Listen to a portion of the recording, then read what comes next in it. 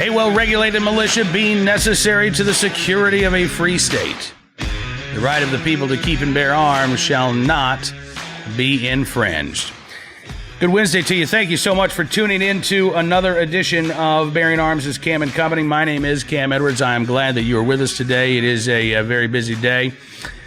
We've got a number of items to get to. Coming up in just a moment or two, we're also going to be talking with Ryan Petty, whose daughter Elena was murdered in Parkland, Florida at Marjorie Stoneman Douglas High School. And Ryan has been since very interested in school safety. He's been very interested in what we can do to prevent these types of attacks from occurring in the future.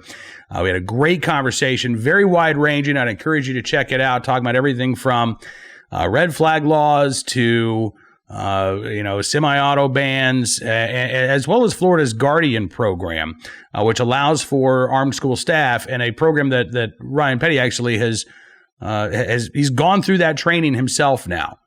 And again, that's coming up here in just a matter of moments. But before we get to that, I do want to at least update you on some of the statements by some of the Democratic presidential candidates out there, as well as a couple of Republican lawmakers who are now on board with things like, again, red flag laws, magazine bans, quote-unquote universal background check laws. You had Beto O'Rourke of Texas say yesterday that, he's open to the idea of banning semi-automatic rifles and then mandating that they be turned in, give you a couple of bucks on the for the price of the firearm there. But if you don't turn in your gun, then you would be a felon. What the penalty for continuing to possess one of those firearms would be, Beto O'Rourke hasn't said. Cory Booker, senator from New Jersey, coming out and talking about his support for a federal gun licensing law. Now, there is a state licensing law in New York, or in New Jersey, rather. I asked on Twitter yesterday of Cory Booker, do you think the penalty for possessing an unlicensed firearm should be the same at the federal level as what it is right now in New Jersey? And, of course, I didn't get an answer. I might actually have to reach out to the Booker campaign officially, because I am very curious about this. In New Jersey right now, if you are an unlicensed firearms owner, that's 5 years in prison, minimum. Could be up to 10. That would include, by the way, legal gun owners. Let's say I, in Virginia, decide that I'm going to go visit my family in New Jersey. And I'm either unaware of New Jersey's law, I forget that I've got a firearm in my bag that I've packed. For whatever reason, if I'm in New Jersey with one of my guns that's legally owned, that I can legally carry in the state of Virginia, my Second Amendment rights disappear as soon as I cross that state line. And if I'm pulled over for speeding and they find a firearm there, I'm looking at years in prison. This is not a hypothetical situation. This happens to people all the time. In New Jersey, Shanine Allen, single mom in Philadelphia, legal gun owner, drove over the Ben Franklin Bridge into New Jersey, got pulled over, I think, for speeding, helpfully informed the New Jersey officer, hey, listen, I've got my Pennsylvania concealed carry license, I've got my firearm with me. She was looking at 5 years in prison. It was not until her case got media attention that ultimately Governor Chris Christie stepped in. Brian Aiken, another individual in the process of moving in New Jersey, had his firearms in his vehicle. He actually was sentenced to 7 years in prison. He actually served several months behind bars before his sentence was commuted by Governor Chris Christie. So is that what Cory Booker wants to see at the federal level? If you are an unlicensed gun owner, not a violent criminal, you're simply possessing a firearm without one of Cory Booker's federal gun licenses. Is that a 5 to 10 year prison sentence in Cory Booker's mind? These aren't gotcha questions. These are simple questions, right? Here's what I propose. Okay, well, that's half of what you propose. What about the other half? What about people who don't obey the law? In what world is that a gotcha question? And yet it is a question that we will never, ever hear asked by the mainstream media. I would be shocked. I will eat this. Well, I like this hat, so I'm not going to eat this hat. I will eat a hat that I haven't worn for a while if a member of the press asks Cory Booker that very question. Would you like to see the same penalty that an unlicensed gun owner faces in New Jersey apply at the federal level? And we'll see what the senator has to say. Now, one thing that we do know is that, again, gun control advocates are mounting a massive campaign right now to get supporters of gun control legislation to contact members of Congress, their state representatives, their state senators. If you're a gun owner out there, you're listening to me, you need to make sure that you're talking to your elected officials as well. And you might say, listen, President Trump's in the White House. He's not going to sign anything bad. Be great if nothing bad got to his desk, right? You could say, listen, Republicans aren't going to do anything. They're worried about next year's elections. As I said, we've seen a couple of members of the Republican Party in Congress who have come out over the past couple of days in favor of a lot of gun control proposals, unfortunately. So sitting this one out, it's not going to work. We need to be involved. We need to be talking. And frankly, we need to be talking to as many people as we possibly can, not only about why these gun control proposals don't work, why they are ineffective, why they are unenforceable in many cases, why they are unconstitutional in many cases, but we also need to be talking about what does work. And again, that is an issue that has really driven our next guest, Ryan Petty, who suffered unspeakable and unimaginable tragedy with the murder of his daughter. I cannot thank him enough for coming on the program today to talk about what he's found in his search for things that work. Ryan, thank you so much for joining me today. It's so good talking with you. Cam, thanks for having me on. It's a real honor to be here. Well, listen, I said on Monday of this week that we're going to have a lot of conversations with various stakeholders, be it, law enforcement, mental health professionals, the parents and families of those who have been tragically killed in these mass attacks. I don't think we can have enough conversations because, frankly, right now, what we have are mostly arguments. Yeah, we've devolved again into the same old argument that we always have. When we believe we can solve this with a single issue by making a single change, in the case I'll make here is the argument for the gun control advocates make. That's not going to solve the problem we have, the school violence problem, the public space problem. I don't think there is a single answer to solve this. And so I think we should dismiss out of hand the single issue responses to these tragedies.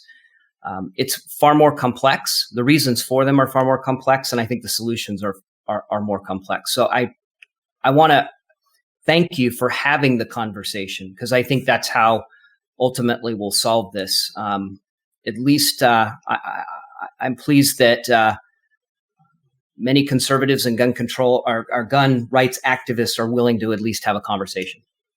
Well, I think we have to. I was talking with a friend yesterday about the political side of this.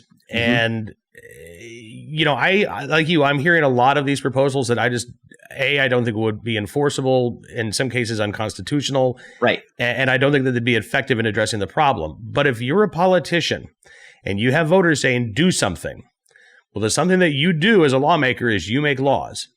Right. And unfortunately, a lot of politicians, sorry to any who are listening and watching out there, but they're not the most original creatures. They don't come up with a lot of things on their own. They'll take an idea and they'll say, okay, well, let's run with that. So if we as gun owners say, listen, gun control is not the answer. In an ideal world, would we have to be the experts to come up with something better? Probably not, but that's not the world that we live in. So if we're saying don't do this, I think we also have a responsibility to say, look, here's something that we should be doing. I agree with you. And look, let me say that I never thought I personally, or any member of my family or anybody I care about or love, would be a victim of gun violence. And it turns out that, unfortunately, my daughter Elena was killed at Parkland. I did some soul searching, Cam. I really did. I had to step back and say, what do I really believe here? And it's tempting to go for that easy solution. You're angry. The emotions are raw, and you have these, quite frankly, politicians, pundits, and advocacy groups that come to you and say, if we just ban X, if we just do Y, we can solve this problem. And it's tempting, especially when tragedy touches you so closely. Absolutely. And one of the things that you have been advocating for, one of the areas I should say that you've been advocating in is school safety. Right. And again, we're not talking about just one simple fix here. We're talking about a variety of things that can be done. It struck me, Ryan, the news is coming out about the shooter in Dayton, whose name I will not use, but we're now learning that back in school, there were a lot of troubling signs. There are people who are now coming forward and saying, oh, yeah, he was making threats. We weren't surprised to see this. And that's something that really concerns me because this individual may have, thrown up a lot of warning signs in school. There's no sign that he was actually violent.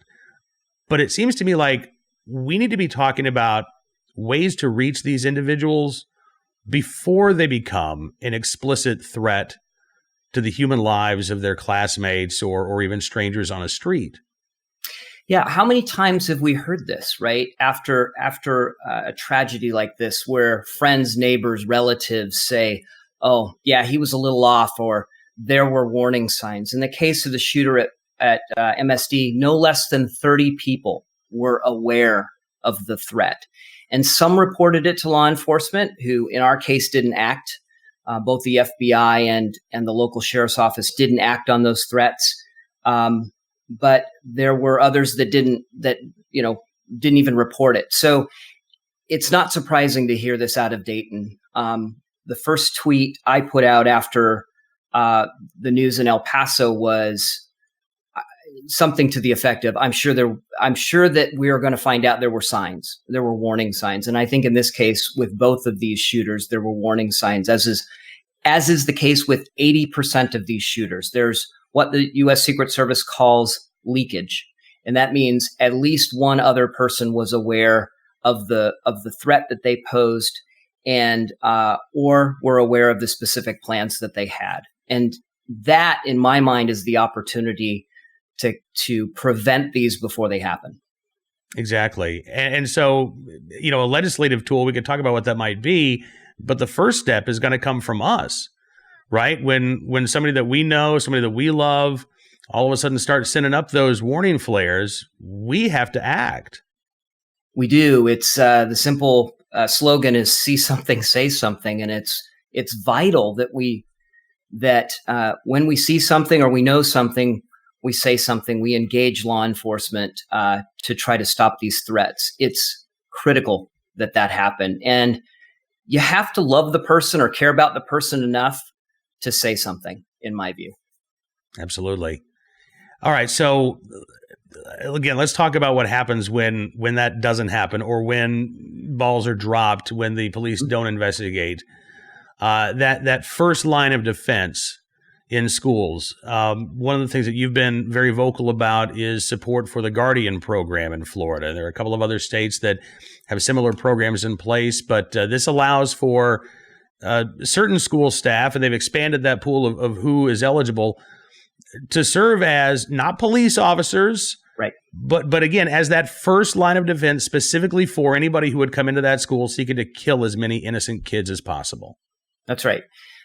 Specifically, they're in the state of Florida. Guardians are They have a limited law enforcement capability. Their one job is to eliminate a threat to a school, and in that situation, the Guardians are authorized to use deadly force. Because if you've got an active assailant on campus with a weapon, they're not there. They're not there for study hall, right? So we know they're there. We know they're bad actors, and the Guardians are authorized to eliminate that threat. But that scares a lot of people, because there's a lot of folks that I think misunderstand the Guardian program and misunderstand what happens in these active assailant. And I'm going to call them active assailant instead of active shooter, because I think active shooter is not the right term. I think the mode of the threat is going to change over time. And quite frankly, a knife can be just as deadly. And I don't want to give any of these actors ideas, but there are other ways to carry out an attack. We see this in Europe a lot. So, but the point is, you have to stop that threat as quickly as possible. Every second on average, is another life. Every shot is another student or teacher that's being killed or wounded. And so the idea with the Guardian program is to get to that threat as quickly as possible and eliminate that threat. And you actually went through the training program itself now. I mean, you know what these staff members have to do to get to get that certification.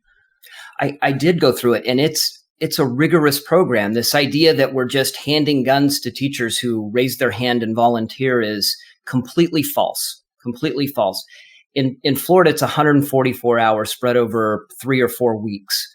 It is grueling, both physically and mentally, to go through this training. And about half of those that pass the background check and begin the training don't pass. They can't qualify with firearms, or they can't pass the physical or mental tests that you're put through in active assailant training. And there's one segment of the training where you're actually in an active shooter situation. You're clearing out what would be schoolrooms, and you're being shot at.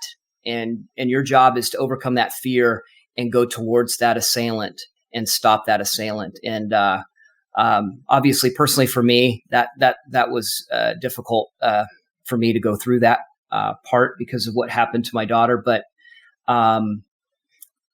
these Guardians come out. I would stand shoulder to shoulder with any of these Guardians that come out. They are phenomenal human beings, first of all, and number two, they are well trained. You talk about the people who do this, and one of the other arguments we hear is that no teacher wants to do this.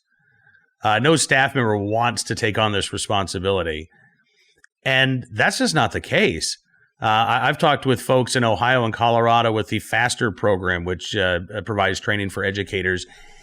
And there's no shortage of volunteers in these school districts, these men and women who are willing, again, to put their own lives on the line to protect and save the kids under their care.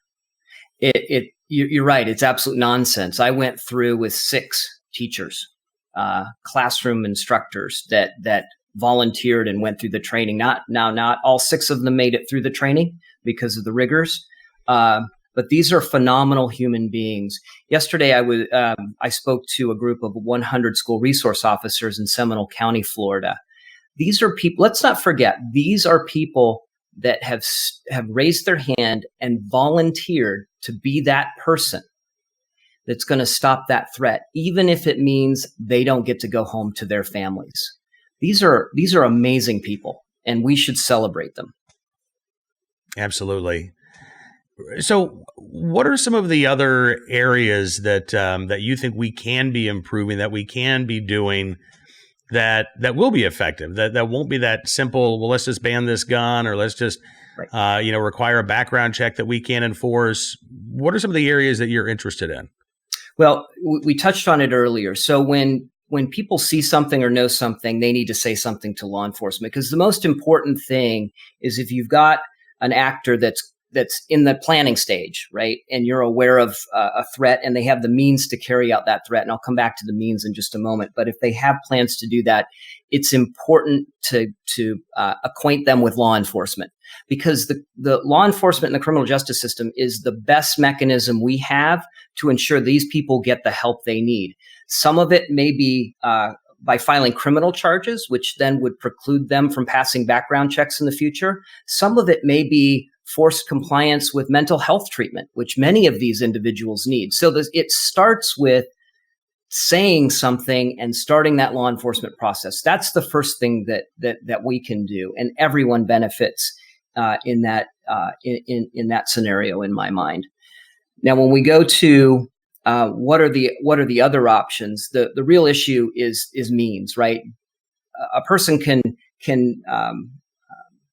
plan a threat, they can articulate a threat, but if they don't have the means to carry it out, then they're not really a threat, and we need to just get them the mental health treatment that they need to ensure that they get better. But in the case of those that have the means, and I'm not just talking about firearms, although that's the easy one, right? That's the boogeyman, if you will. But we need to separate that person, in my view, for a time from those means to carry out the plans that they may have. And those are sometimes called red flag laws or extreme risk protection orders. And there's an area that I think as a nation we need to have a discussion, because there are legitimate concerns, as you and I have talked offline, about extreme risk protection orders, due process, Second Amendment rights. And I think those are legitimate issues and concerns, and we should discuss those. But also, I've seen them work very effectively in the state of Florida, where rights are restored at the appropriate time. And so I think they're an effective tool to keep that powder keg from being lit. Yeah, and you're right. You and I have talked about this before, and I'm still a skeptic, honestly, Ryan. I do believe that the vast majority of people who are proposing these laws are doing so for the right reasons. I don't think that this is, hey, let's take everybody's guns away through a red flag law. Right. I really do believe this is about, okay, let's identify who those most dangerous individuals are and make sure that they can't hurt anybody.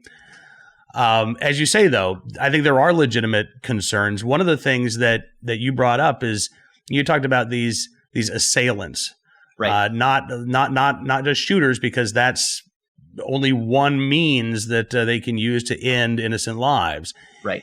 And one of the issues that I have with the quote unquote red flag laws is that they are entirely focused on firearms. This is about removing guns from the home of somebody deemed to be a danger to themselves or others, not necessarily about removing any dangerous items from that person's possession or removing that person from the situation. Right.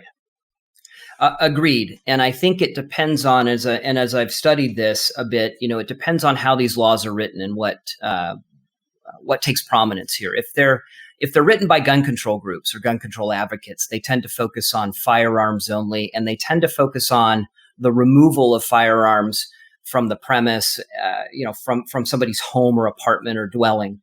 And that's only part of this, only part of the issue. The other issue is, what are we doing about this individual? What are we doing to make the situation better? I'd like to see us treat these as mental health issues, right? Let's get that person the help they need.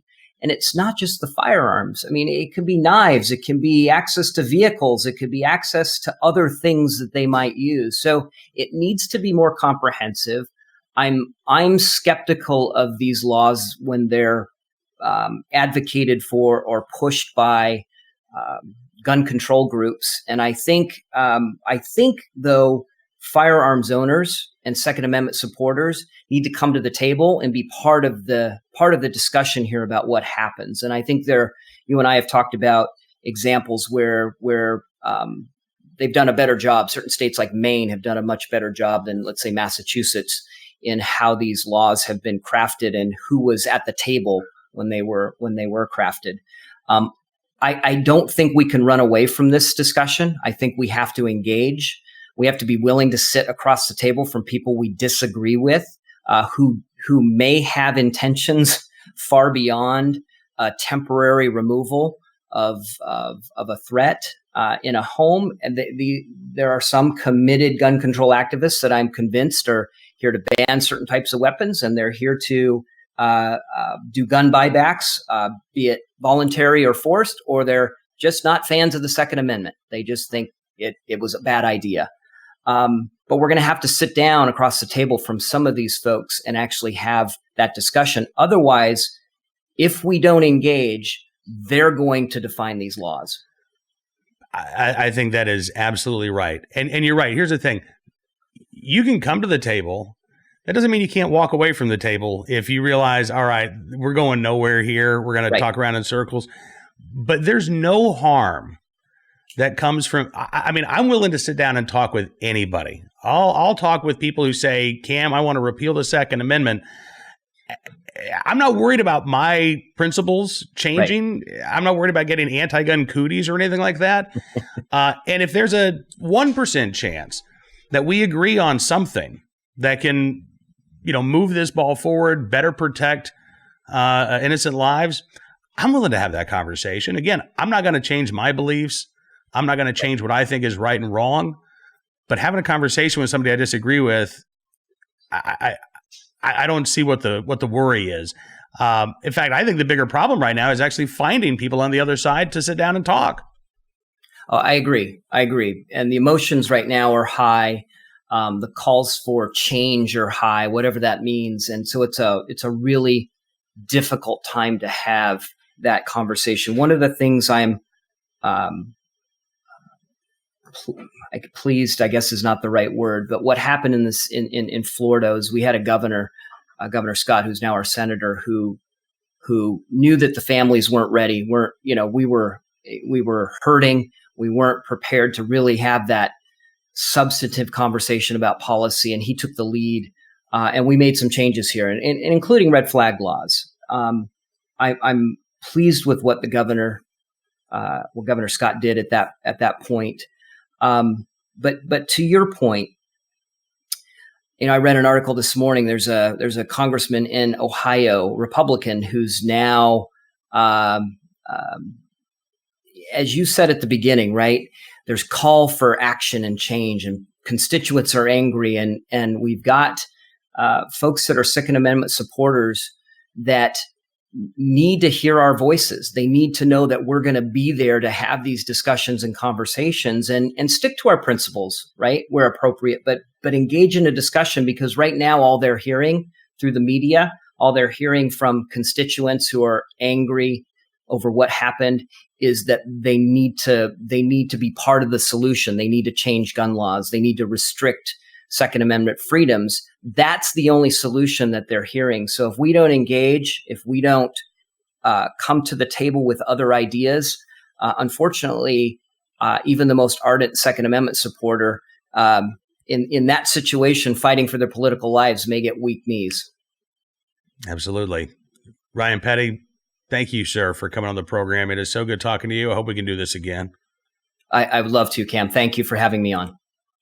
So again, really do appreciate Ryan Petty joining us on the program. Looking forward to having him back for a conversation. And I will extend the offer again to anybody in this gun control debate right now, actually gun control screaming match. Anybody who actually wants to have a conversation, I'm happy to do so. Marco Rubio has been talking up his red flag law. Senator Rubio, if you want to come on this program, I will give you a respectful, fair hearing. I will tell you, again, my concerns and the concerns of many gun owners. I talked to Shannon Watts. I don't care. Joaquin Castro yesterday said, we got all these plans for gun control laws that we want to put on the books. Didn't really get specific about it. I'll talk to Joaquin Castro. I don't care what your views are on gun control. I just want to have a conversation. And yeah, I know where I stand. And I can tell you why I think a lot of these proposals miss the mark. But I do believe that there are things that we can do that don't violate the constitutional rights of Americans, that do work within the existing system, that can improve the existing system, and that actually are effective at preventing and reducing these types of active assailant attacks, as Ryan Petty called them. But again, as we mentioned yesterday, there are varieties of quote-unquote gun violence, right? Suicide is the most common. Gang-related violence, the second most common. Domestic violence, third most common. Mass attacks are way down at the bottom. They shock and horrify us because they are so rare, because they aren't happening every day in communities across the country. That's why we are so horrified when events like this take place. The more commonplace forms of gun violence, we don't seem to want to talk much about. Let's get to today's story from the criminal justice system. South Bend, Indiana, South Bend Tribune. I wonder if Mayor Pete Buttigieg will talk about this. Person of interest in shooting outside of Kelly's Pub in South Bend cut off his ankle monitor. Yeah. Tyler Crawford, he's 28 years old. He's wanted for questioning in the shooting that took place back on June 23rd, left one person dead, 10 others injured. As the South Bend Tribune reports, he, quote, escaped from community corrections in May by cutting off his ankle monitor and has not been heard from by authorities since. Well, no, he didn't escape from community corrections. He was being monitored by community corrections. There was nothing for him to escape from. He wasn't behind bars. And when he snipped off his ankle monitor, they couldn't monitor him anymore. So he committed a crime, but they couldn't find him. South Bend Tribune says Crawford has a history of illegally carrying a handgun and has served time in prison. Back in February of 2015, he was found guilty of a felony count of carrying a handgun without a license with a prior conviction. So that made him a felon. As of February 2015, Crawford is a convicted felon, not allowed to possess a handgun, not allowed to possess a rifle, not allowed to possess a round of ammunition. He was sentenced to prison for that crime. He got out in October of 2016, according to the Indiana Department of Corrections. So he did about a year and a half behind bars. In June of 2018, there was a petition to revoke his probation that was filed. Crawford was arrested June 24, 2018. He was released after paying a $1,000 bond. Then in July of last year, a month later, he was again charged with carrying a handgun without a license as well as possession of marijuana. He pleaded guilty to the drug charge, and the gun charges were dropped, and he was sentenced to time served. Here we have a felon in possession of a handgun, a repeat offender. Do you know what the federal sentence for that is? 10 years in prison, 10 years behind bars. And what happened? They dropped the gun charges, sentenced him to the marijuana charge, and gave him time served. And then he didn't appear. He had a court hearing he was supposed to show up for. He didn't. Just skipped out on it, taking that sentence really seriously. After a July 31st, 2018 hearing, the South Bend Tribune says Crawford was released from jail after paying another $1,000 bond, remained out of custody as the violation of probation proceedings were carried out. And then in March of this year, he was sentenced to 4 years on GPS ankle monitoring, the St. Joseph County Tacoma Center. 4 years of ankle monitoring. He was arrested May 6th for disorderly conduct. He was released the same day on a $150 bond. And then May 15th, prosecutor's office filed misdemeanor charges. May 10th, though, the St. Joseph County Tacoma Center said, this guy seems to have cut off his ankle monitor there. Sharon McBride, the program director, says the staff followed all protocols. After they receive an alert, they try to make contact with the suspect. They also call the jail and local hospitals. After 2 hours, they contact the prosecutor's office. A warrant is issued, and she said it's, quote, out of our hands. That was May the 10th. At 2 o'clock on the morning of June 23rd, police were dispatched to Kelly's Pub to reports of a shooting. Again, not a lot of information released, but we know that one person died, 10 others were wounded in that attack. And here is a suspect. He's not been convicted, but here is a suspect in this case who should not have been out on the streets to begin with, who has had multiple run-ins with the law, each one of them dealing with a firearm, is now a convicted felon. And the state going out of its way, it seems, to avoid prosecuting him on the more serious charges and to let him out with a slap on the wrist. And please tell me that another gun control law on the books in Indiana is going to do better than actually ensuring that justice is served in these cases. All right, let's get to our armed citizen story. Speaking of charges have been dropped against a New York homeowner who shot and killed 2 intruders. Now, it was clear to authorities that this guy was acting in self-defense. The reason why he was charged was because he possessed an unlicensed handgun. That's right. Cory Booker must be incredibly disappointed that this guy is not facing any charges. He possessed a gun that belonged to his father. And in New York State, you are required to register your handguns. This guy had not done so. But his attorney says he has been cleared of any crime. 64-year-old Ronald Stolarczyk had been facing a charge of criminal possession of a firearm, which is a felony, after he shot and killed Patricia Tallarico and Nicholas Tallarico as they were breaking into his home. The attorney says that the charge against Stolarczyk was dropped Monday night after the Oneida County DA's office made a motion to dismiss the charge, and the judge agreed.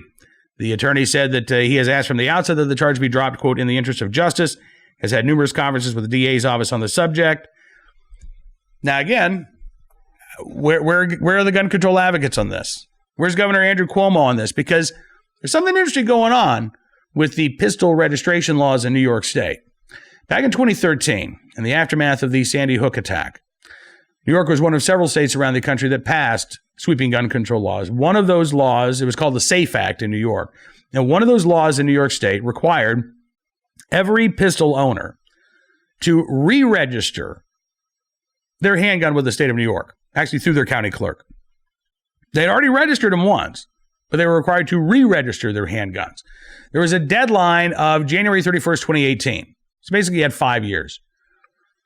January 1st, 2018 rolls around, and we started seeing these news stories in New York State about the hundreds of thousands of people who have not re-registered their pistols.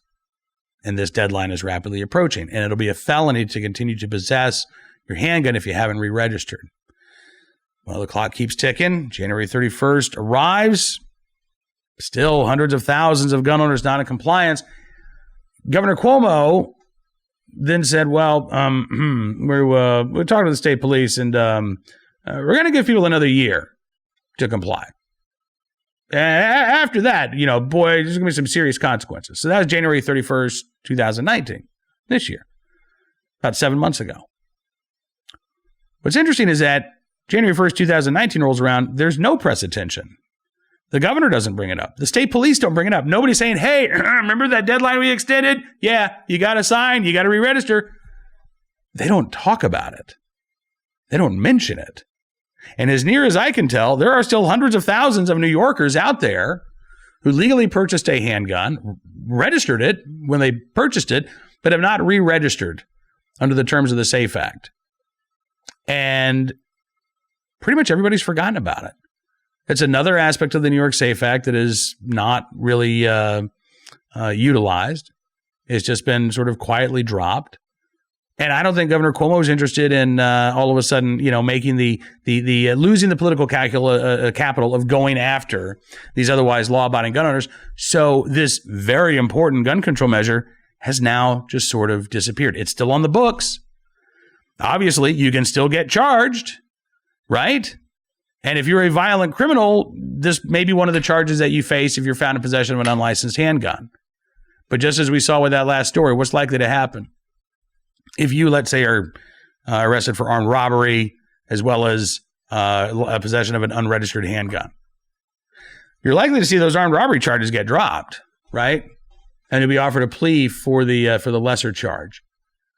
Again, I'm not sure that that's how anybody really envisioned these laws working, at least not supporters of these laws. Not sure that's how they envisioned these working when they put them on the books there back in 2013.